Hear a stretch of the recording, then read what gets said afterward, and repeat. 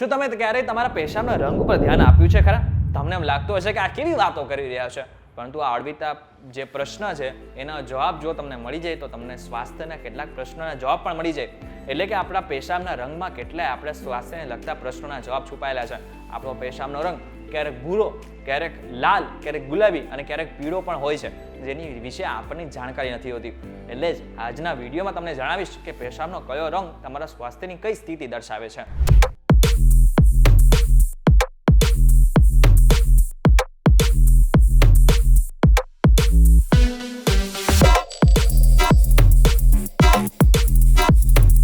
Hello focus, VTVGujarati.com પર તમે જોઈ રહ્યા છો ડેલી ડોઝ અને હું છું કરણ. આમ જોવા જઈએ તો પેશાબનો રંગ આપને એટલી જ ખબર છે કે કાં તો યલો હોય અને કાં તો વ્હાઇટ હોય. જો વ્હાઇટ હોય તો એમ માનવામાં આવે છે કે તમે પૂરતું પાણી પીવો છો, અને જે યલો હોય તો એમ માનવામાં આવે છે કે તમે જે પાણી છે ઓછું પીવો છો. પરંતુ આનાથી પણ વધારે ઘણા બધા બીજા કલર્સ પણ હોય છે. કિડનીને શરીરનું ફિલ્ટર કહી શકાય છે. તે લોહીને સતત સાફ કરતું રહે છે, લોહીને ફિલ્ટર કરે છે અને તેમાંથી તમામ ઝેરી પદાર્થોને દૂર કરે છે. અને જો કિડની બગડી જાય કે ફેલ થઈ જાય તો શરીરમાં તમામ ઝેરી તત્વો જમા થવા લાગે અને શરીર રોગોનું ઘર બની જાય.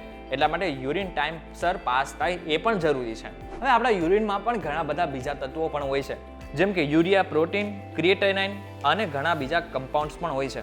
એટલે પણ જે ડોક્ટર્સ હોય ને એને કંઈ રોગ ગોતો હોય ને તો તમારા જે યુરિન છે ને એનું ટેસ્ટ કરવાનું કહે. એમ કે યુરિન ટેસ્ટ કરીને આવો પછી ખબર પડશે કે તમારે જે રોગ છે એ કેટલો વધારે ફેલાયેલો છે.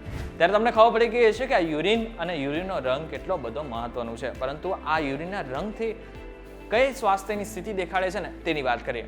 જો એકદમ સાફ હોય ને, એકદમ સાફ એટલે કે પાણી કલરનો જો યુરિન બહાર નીકળતો હોય ને તો એનો મતલબ એમ થયો કે તમારી જે સ્થિતિ છે આમ તો સારી કહે, પરંતુ તમે વધારે પડતું જ પાણી પીવો છો.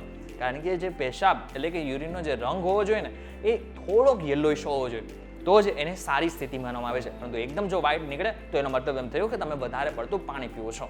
હવે જો યલો અથવા તો વ્હાઇટ ને યલોની વચ્ચેની જે સ્થિતિ છે એવા કલરનો જો પેશાબ નીકળતો હોય તો માનવામાં આવે છે કે તમારું જે શરીર છે એ ખૂબ જ સારી રીતે કામ કરે છે, તમારી અંદર કોઈ પણ પ્રકારનો રોગ નથી. હવે આપણા પેશાબમાં યુરોક્રોમ નામનું તત્વ હોય છે જે તેને પીળો બનાવે છે.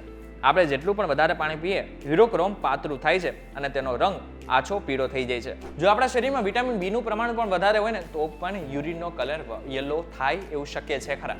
જો તમારો જે યુરિન છે એકદમ નારંગી અથવા તો કેસરી કલર નીકળવા માંડે તો એના ઘણા બધા બીજા કારણો પણ હોઈ શકે છે.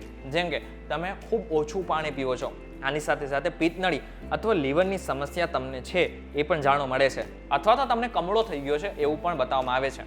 હવે આ વાત કરીએ કે આના પછીનો કલર એટલે કે ગુલાબી અથવા લાલ. તમને એમ થતું હશે કે આવા કલરનો કોઈ પેશાબ નીકળે છે ખરા? હા, ઘણી બધી એવી સ્થિતિ છે, ઘણી બધી એવી સિચ્યુએશન છે કે જેમાં તમારા જે યુરિન છે એનો કલર બદલાઈ પણ શકે છે. જેમ કે જો તમે બીટ જેવી વસ્તુઓ ખાયેલી હોય ને તો પણ તમારા જે યુરિન છે એનો કલર બદલાઈ જતો હોય છે. આ બાદ પ્રોસ્ટેટનું વિસ્તરણ, કિડનીમાં પથરી અને કિડનીની ગાંઠ પણ આનું એક કારણ હોઈ શકે છે. આ બાદ એક કલર છે વાદળી અથવા તો લીલો. જો કે આ એક ખૂબ જ દુર્લભ સ્થિતિ છે, એટલે કે મોટા ભાગના લોકોને આવી કોઈ સ્થિતિ થતી નથી, પરંતુ રેર કેસમાં આવી સિચ્યુએશન પણ આવી જાય છે.